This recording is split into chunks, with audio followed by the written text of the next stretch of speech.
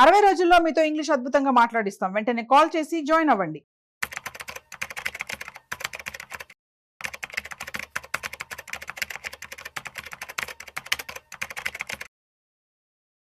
Hello నమస్తే, welcome to Suman TV. ప్రస్తుతం మనతో పాటు mutual funds distributor Bonigala Salmon గారు ఉన్నారు. వీరితో మార్కెట్ విషయాల గురించి కొన్ని విషయాలన్నీ కూడా మనము డిస్కస్ చేద్దాం. హలో అండి, నమస్తే. నమస్తే అమ్మ కీర్తి. సార్ ఎలా ఉన్నారు? బాగున్నానమ్మ, దేవుడి వల్ల. Yes sir.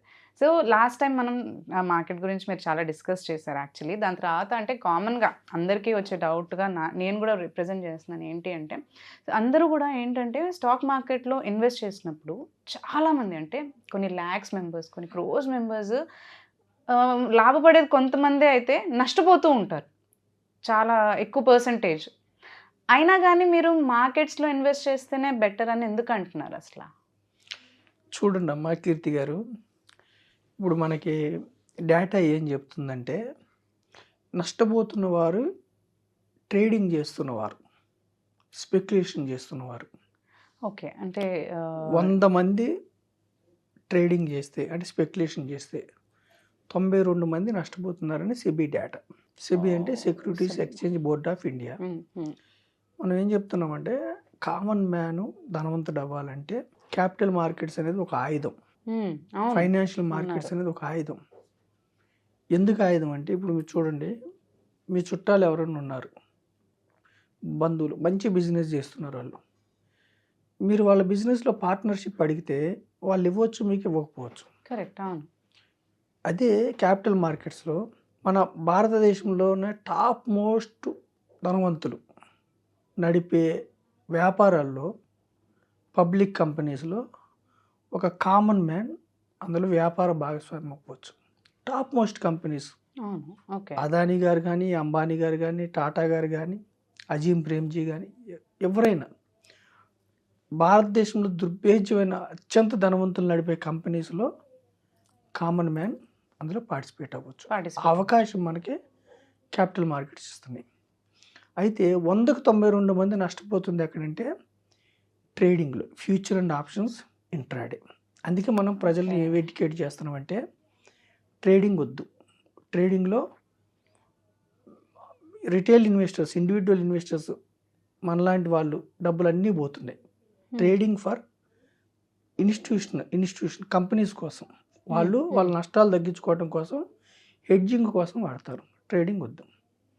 తర్వాత సేవింగ్స్ కూడా, మీరు బ్యాంక్లో సేవింగ్స్ పెడితే ఇన్ఫ్లేషన్ కూడా రాదు కాబట్టి సేవింగ్స్ వద్దు, ట్రేడింగ్ వద్దు. మనం ఏం చెప్తున్నామంటే ఇన్వెస్ట్మెంట్ చేసుకోమంటున్నాం. అయితే మరి ఇన్వెస్ట్మెంట్ చేసుకుంటే స్టాక్స్ కొంటే డబ్బులు నష్టపోరా? స్టాక్స్ కొంటే కూడా నష్టపోతున్నారు. ఎందుకని అంటారు? ఎందుకనంటే ఇప్పుడు 5,000 కంపెనీస్ ఉన్నాయి మన భారతదేశంలో. మీరు కొన్న స్టాక్ బిజినెస్ బాగుంటేనే మీకు స్టాక్ ప్రైస్ పెరుగుతుంది. మీరు కొన్న కంపెనీకి లాభాలు వస్తేనే మీ స్టాక్ ప్రైస్ పెరుగుతుంది, మీరు ధనవంతులు అవుతారు.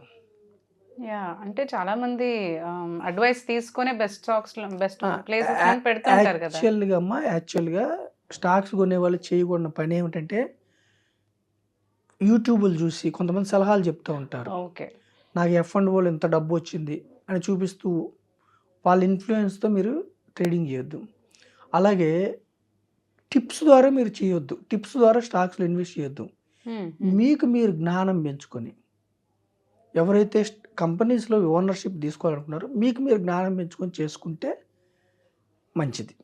అయితే ఇక్కడ 5,000 కంపెనీస్లో ఇప్పుడు భారతదేశంలో సుమారుగా 4,000 నుంచి 5,000 కంపెనీస్ సెబీ దగ్గర లిస్ట్ అయి ఉన్నాయి. Government of India, securities exchange board of India దగ్గర పబ్లిక్ కంపెనీస్, అంటే అందులో మీరు ఎవరైనా ఓనర్షిప్ తీసుకోవచ్చు. ఓకే, ఇందులో ప్రతి సంవత్సరం అమ్మ కొన్ని కంపెనీస్ నష్టాలు వచ్చి బయటికి వెళ్ళిపోతూ ఉంటాయి. వాళ్ళ స్టాక్ వాల్యూ 0 అయిపోతూ ఉంటుంది.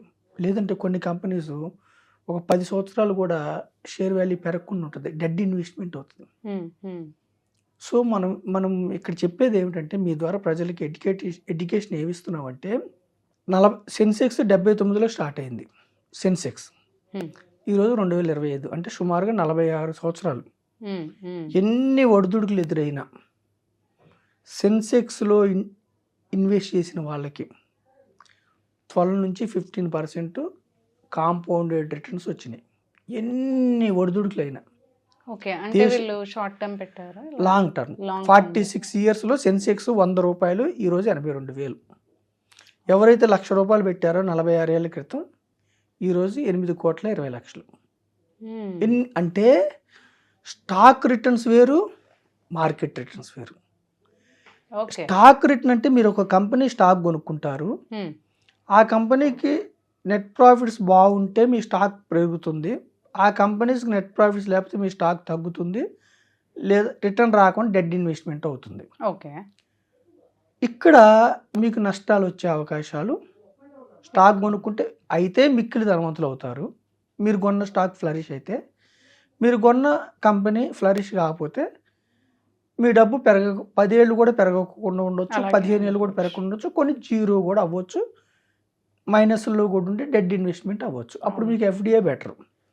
సో మనం ఏం చెప్తున్నాము, స్టాక్ కొనుక్కుంటే నాలెడ్జ్తో కొనుక్కోవాలి. అసలు ఆ కంపెనీ ఏ రంగంలో ఉంది, ఆ కంపెనీకి ఆర్డర్స్ ఎట్లా ఉన్నాయి, ఆ కంపెనీ ఫైనాన్షియల్ స్టేట్మెంట్స్ ఎట్లున్నాయి, ఎంత లాభం వస్తుంది, ట్యాక్స్ కట్టకముందు ఎంత, ట్యాక్స్ కట్టిన ఎంత, విస్తరించే అవకాశాలు ఎట్లా ఉన్నాయి, డివిడెండ్స్ ఎలా ఉన్నాయి, ఇవన్నీ చూసుకోవాలి. ఇవన్నీ నాకు ఇంత నాలెడ్జ్ లేదు అనుకుంటే, మార్కెట్స్లో లాభాలని మనం ఎందుకంటున్నాం అంటే, మార్కెట్స్ అంటే ఏంటంటే మనం ఇక్కడ అనేది సెన్సెక్స్ అంటే ఇండియాలో ఉన్న టాప్ 30 కంపెనీస్ బాంబే స్టాక్ ఎక్స్చేంజ్లో లిస్ట్ అయిన వాటిని సెన్సెక్స్ అంటారు. నిఫ్టీ ఇండియాలో ఉన్న టాప్ 50 కంపెనీస్, మార్కెట్ విలువ ప్రకారం ఇక అంతకంటే పెద్ద కంపెనీస్ లేవు. Nifty top most national stock ఎక్స్చేంజ్లో లిస్ట్ అయిన కంపెనీస్. నిఫ్టీ నెక్స్ట్ 50 అంటే ఫస్ట్ 50ని నిఫ్టీ 50 అంటారు, next 50 Nifty junior Nifty. Okay. తర్వాత నిఫ్టీ 101 నుంచి 250 కంపెనీస్ని నిఫ్టీ మిడ్ క్యాప్ అంటారు. ఓకే. ఇది మార్కెట్. 251 నుంచి నిఫ్టీ 500ని నిఫ్టీ 500 ఇండెక్స్ అంటారు. నిఫ్టీ 500 కంపెనీస్ అంటే టాప్ మోస్ట్ 500 కంపెనీస్, వీటిని ఇండెక్స్లు అంటారు. ఓకే. ఈ ఇండెక్స్లో మీకు ఏమి తెలియదు స్టాక్ మార్కెట్ గురించి, కానీ సెన్సెక్స్లో అంటే top most 30 companies Sensex index మీరు తీసుకుంటే గత 46 ఏళ్ళ నుంచి 12 to 15% వచ్చినాయి. ఓ 500లో నిఫ్టీ సెన్సెక్స్లో మీరు తీసుకుంటే 12 to 15 అంటే సామాన్య మానవులకు అర్థం కాదు కాబట్టి ₹1,00,000 46 ఏళ్లలో 8,20,00,000 అయింది. 100 పాయింట్లు 82,000 అయింది. మధ్యలో డౌన్స్ లేవా? ఉంటాయి. లాంగ్ టర్మ్ ఎవరైతే 10 ఏళ్ళు పెట్టారో, మీరు ఏ కంపెనీ మంచిది ఏ కంపెనీ చెడ్డది ఏం ఆలోచించుకోకుండా ఓన్లీ సెన్సెక్స్లో పెడితే, సెన్సెక్స్లో టాప్ 30 కంపెనీస్ అన్నాం కదమ్మా, టాప్ 30 కంపెనీలు ఈ సంవత్సరం లేదన్న కంపెనీ మార్కెట్ విలువ తగ్గింది అనుకో, అది బయటికి వెళ్ళిపోద్ది, సెన్సెక్స్లో కొత్త కంపెనీ వస్తుంది. అంటే సెన్సెక్స్ అప్పుడు మనం పెట్టిన స్టాక్స్ ఏమవుతాయి, ఆ కంపెనీ సెన్సెక్స్లో మనం పెట్టినప్పుడు ఏమైందంటే డబ్బులు ప్రతి స్టాక్కి ఒక పర్సంటేజ్ ఉంటుంది, వెయిటేజ్ అంటారు దాన్ని, ఆ వెయిటేజ్ ప్రకారం వెళ్ళిపోతూ ఉంటుంది ఇండెక్స్లో పెడితే. ఓకే. పాత కంపెనీలో బయటికి వెళ్ళినప్పుడు దాంట్లో తగ్గించేస్తారు, కొత్త కంపెనీ ఇన్వాల్వ్ అయినప్పుడు దాంట్లో వెళ్ళిపోతాయి డబ్బు, బ్యాలెన్స్ అవుతుందంట. అలాగే నిఫ్టీ 50 కూడా ఎన్ని ఒడిదుడుకులు వచ్చినా 96, 95లో స్టార్ట్ అయింది, 1000 పాయింట్లు, ఈరోజు 25,000. అంటే ఎవరైతే ₹1,00,000 పెట్టారో 95, 96లో, ఈరోజు 25 లక్షలు. అంటే టాప్ మోస్ట్ 50 కంపెనీస్ ఇండెక్స్. అంటే మార్కెట్ రిటర్న్స్ అనేది ఏంటంటే మనం సెన్సెక్స్ని, నిఫ్టీని, జూనియర్ నిఫ్టీని, నిఫ్టీ మిడ్ క్యాప్ని, నిఫ్టీ 500ని మనం ఇండెక్స్లు అంటాం. అంటే మార్కెట్స్లో ఎప్పుడు కూడా మార్కెట్స్ అమ్మ షార్ట్ పీరియడ్లో డౌన్ అవటం ఉంటుంది, పెరగటం ఉంటుంది, రెండు ఉంటాయి. కానీ లాంగర్ పీరియడ్లో ఎన్ని ఒడిదుడుకులు వచ్చినా 12 to 15% ఇన్ఫ్లేషన్ బీట్ చేసే రిటర్న్స్, ఎఫ్డీని బీట్ చేసే రిటర్న్స్, గోల్డ్ని బీట్ చేసే రిటర్న్స్, పీపీఎఫ్ని బీట్ చేసే రిటర్న్స్, సుకన్య సమృద్ధిని బీట్ చేసే రిటర్న్స్ స్టాక్ మార్కెట్లో వచ్చినాయి హిస్టారికల్గా. మనం ప్రజలకి ఏం చెప్తున్నామంటే ఇండివిజువల్ స్టాక్స్ గుడ్.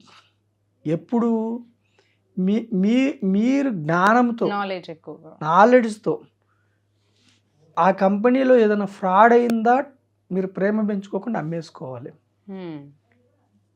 ఒక నాలెడ్జ్తో మీరు వెళ్తే ఇండివిజువల్ స్టాక్స్ గుడ్.